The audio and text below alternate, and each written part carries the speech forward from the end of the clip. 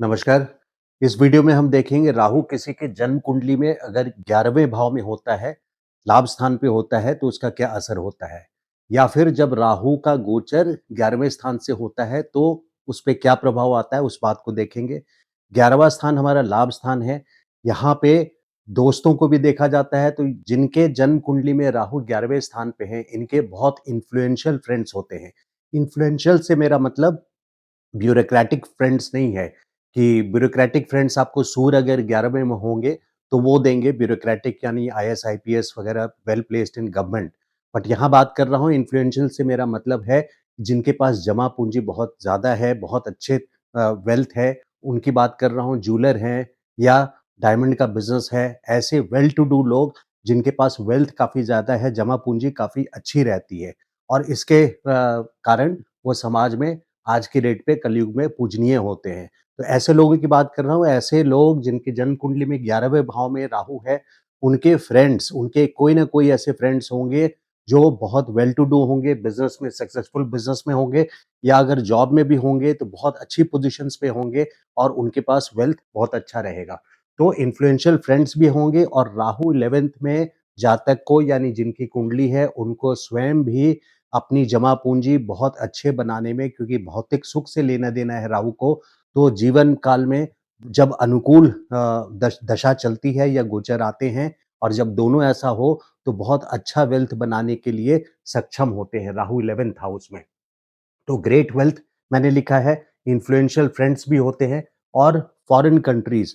देखिए इनका foreign countries से आना-जाना भी होता है और वेल्थ जो बनता है इनका, ये मुमकिन है कि इनके वेल्थ जो बनेंगे, जमा पूँजी जो इनकी बनेगी, या तो ये एक्सपोर्ट-इम्पोर्ट में होंगे, एक एग्ज़ाम्पल दे रहा हूँ आपको, या तो एक्सपोर्ट-इम्पोर्ट में होंगे या एनआरआई से इनको बहुत बेनिफिट होगा या मल्टीनेशनल कंपनी में काम करेंगे या किसी न किसी तौर पे ऐसा मल्टीनेशनल जिनका हेड ऑफ़िस कहीं अब्रॉड हो, इस तरह की बात कर रहा हूँ। मल्टीनेशनल से मेरा ये मतलब है, तो एनआरआई से बेनिफिट होगा, फॉरेन कंट्री से, अब्रॉड से इनके बेनिफिट्स आते हैं जिसके कारण इनका वेल्थ इंक्रीज पोर्टफोलियो काफ़ी बड़ा होता है या काफ़ी अच्छा होता है।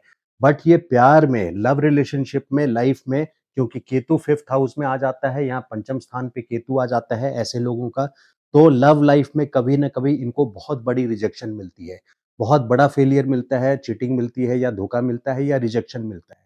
तो लव अफेयर की लाइफ इनकी कोई ना कोई एक बहुत बड़ी ट्रेजेडी इनके लव अफेयर के लाइफ में होती है। Ketu in the 5th house. ऐसे लोगों को शेयर मार्केट में भी नहीं जाना चाहिए, क्योंकि पंचम स्थान शेयर मार्केट के लिए भी देखते हैं। तो शेयर मार्केट में रिस्क इनको बिल्कुल नहीं लेना चाहिए और अगर ये फीमेल हैं तो ऐसे लोगों को हमें जनरली देखा गया है कि सिजेरियन डिलीवरी होती है या डिलीवरी होने में कोई ना कोई प्रॉब्लम होती है या फिर डिलीवरी के बाद भी संतान से बहुत अच्छा सुख नहीं मिलता, इनको सुख की प्राप्ति नहीं होती और लव रिलेशनशिप्स में इनकी जब ट्रेजेडी होती है तो ये रिफाइन हो करके, यानी लव अफेयर ही सिर्फ नहीं है पंचम स्थान से भक्ति भाव को भी देखा जाता है।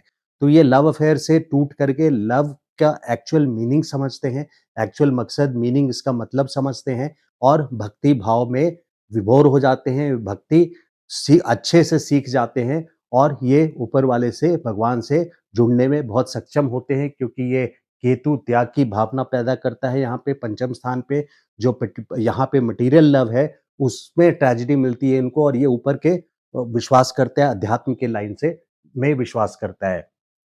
चिल्ड्रन से इनको सैटिस्फैक्शन नहीं मिलता, क्योंकि पंचम स्थान चिल्ड्रन में भी है। शेयर मार्केट में इनको जरा भी रिस्क नहीं लेना चाहिए और अगर देखिए, अगर 11वें स्थान के स्वामी, यानी 11वें स्थान के स्वामी चाहे जो भी हो, मान लीजिए यहाँ मिथुन राशि है और ये सिंह लग्न की कुंडली है, तो मिथुन लग्न के साथ अगर राहु यहाँ ना हो करके, मान लीजिए कि बुध यहाँ बैठे हों, विराजमान हों सेकंड हाउस में, बुध बैठे हों और राहु भी सेकंड हाउस में हो, तो भी यानी 11th भाव के स्वामी के साथ भी राहु बैठ जाएं, 11वें के स्वामी के साथ, 11वें के राशि के स्वामी के साथ राहु अगर बैठ जाएं, दोनों की युति है किसी एक भाव में, अच्छे भाव में।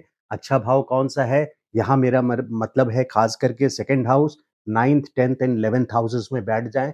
यहाँ सेकंड हाउस का एग्जांपल दिया है मैंने, तो भी वेल्थ बनाने में बहुत अच्छा वहाँ पे पोर्टफोलियो वेल्थ का देते हैं। इनके पास बेशुमार दौलत होता है जिनके राहु 11th हाउस में होते हैं, लेकिन दौलत बहुत अच्छा होता है, दौलत की का पोर्टफोलियो बहुत बड़ा होता है, लेकिन दौलत आने का तरीका इनका ज़रूरी नहीं है कि सही तरीका होता है, गलत तरीका भी होता है।